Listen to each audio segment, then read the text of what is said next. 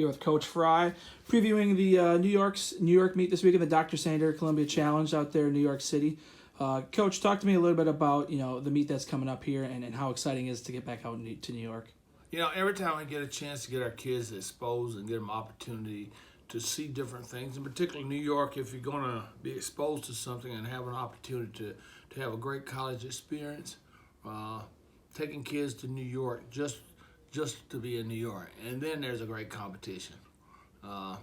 We've run at Clemson, we've run at home. This gives us a chance to not just stay in the state, because there's some anxiety that the outside competitions bring. And having Penn State there, Oregon there, Ohio State being there in the meet, and then having the New York teams, the Rutgers, the St. John's, and the Syracuse, and all of them. It's a great meet for us to keep our kids to see a different Power Five groups, and instead of the Southern schools that come to our meet and come to Clemson, that gives us a different view there. So we're excited about it. Yeah, talk a little bit about the mindset that's different about competing on the road. I know we talked a little bit about going to Clemson, but this is our first meet that we're kind of going outside of our area. What's the kind of different mindset for the athletes when competing in a different area than they're not There's normally never a wasted experience to travel to trains and get your logistics there. Almost that anxiety creates you for almost anything you're going to confront the rest of the year. For us indoors. So it's our indoor experience that gets our kids to adapt to getting off that train or getting on it and getting back to your hotels and being there on Fifth Avenue and then learning how to manage finding food and getting back to the hotel and getting your rest and being up at 6 o'clock in the morning and getting travel so you're there at 10 o'clock in the morning so you can get ready to run your race. Those are experiences you got to have, but those are experiences that help you in a lifetime also. We like to say the benefit from doing track, it outweighs most other sports. Don't get the opportunity to travel and be in environments like we get to be, so our kids get an advantage over just other students, but even other athletes, because competition and adversity is what makes the athletes different from the general student. General students are rehearsed in classroom, and the stresses that life brings on you, they gotta learn that after they get out, after their internship. And so employees find that when athletes, they come job ready because they can handle adversity.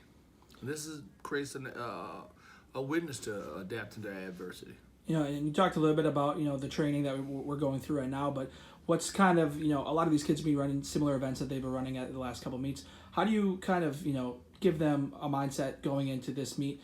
Maybe if they're running the same event, but how do you kind of tell them this is a different meet, this is a different environment? How are you kind of telling them to run their races? There's not a lot about strategy. Most of the kids here that's gone through these 2 weeks of strategy, they know that there's another stage to what they're getting ready to do. So our progression is that last week we saw some of our kids, they improved and had personal bests, and it was based, they had a strategy change. Our mile relays was faster. We added a different person onto the mile relay, but we still improved our time. The mechanics of our kids run, where they ran hard, those things were adapted from the week before. So there'll be another adaptation this time. Same race, but then there's another part of the race that needs to be fixed, and we'll work on that. And we only got a short period to do it. It's a short week. They leave Thursday, they race Friday and Saturday. So.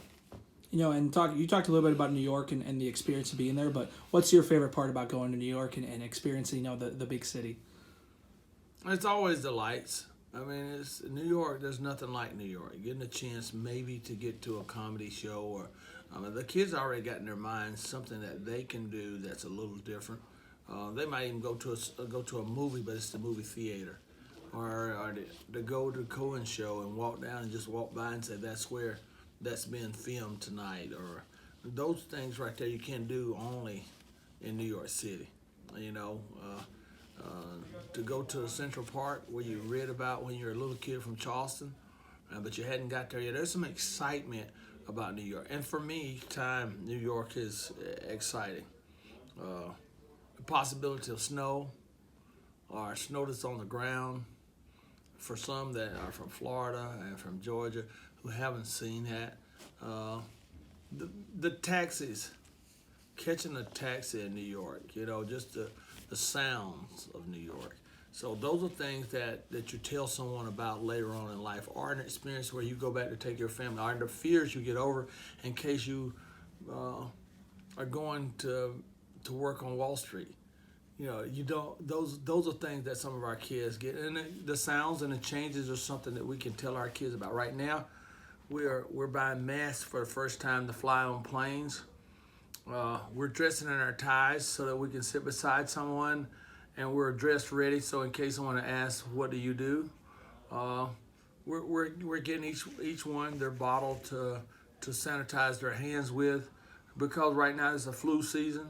So to get them in a pattern to start becoming not germ freaks, but to get the idea that even when we get back home, touching counters and being in close spaces, that you need to take care of your health, and so cover your mouth but cover your face and stuff like that, because such that proximity, we don't spread germs, or we don't let germs spread to us. We come back to campus, we got to get ready for our conference meet. We got to avoid getting sick and making other persons sick. These are all things that, if they're not real to you, you would take for granted. Would come up with someone that wouldn't have gotten the flu that might have gotten it. And so there's all kinds of lessons that you learn from being in a big city, and then traveling as a group. Learn how to be tight friends and counting on each other. There's just so much you learn other than the lights. And then Miss Frye and I like to walk by some windows with some things that I can't afford to buy. And the kids get to look at the glitter and the gold, and go in and look at a $5,000 watch and walk out and go, "Ooh, I picked that up." So those are things that still have some memories to them when you get ready to tell friends later on in life. And Coach, is there any last thoughts you have kind of before we get going? We're having a good start. I think one of our big breakthroughs last week was Stefan in the hurdles. He got into the 80s. Right now, he's number 16 in the country, so now he's got to get in the 70s. Kind of got our girls going in the short hurdles, which was good. Got our 2-mile relays going good. So now we got to step up and get our girl high jumpers off and going a little bit. We got a lot of places that we made some improvement, but then now the next one is, New York is not a really fast track. So we don't expect really fast times out of this. We just expect to get ourselves in the top 3 teams there and try to get a team award, get that idea that we're running for our team, because eventually it comes to the conference meet. You got to learn how to fight for some points. So we don't have a lot of guns, so that gives us a chance in this meet. Maybe somebody that can't score in the conference gets a chance to score some points here, so that they can. Our challenge is score in this meet. When at the end of the year you scored for Carolina and I scored meet, then you can letter. So it gives them a chance to there's all lots of things that go. First, it's a personal best, PRs. Be the best you can be. Next is score for your team. Those are things that you get to tell and keep as a part of your legacy, to rock with your name on it at the University of South Carolina. I ran at Carolina and I scored in the New York meet. When you're 50 years old, that means a whole lot. So we're trying to create some legacy for a lot of people. When you're taking 60 people on the road, all 60 of those won't have an SEC point. But to have them have an opportunity to see themselves as having worn that uniform in New York City, that's a life memory for our Gamecocks. And we're proud of them, and gives our Gamecocks from New York an opportunity to come out and see the Gamecocks run.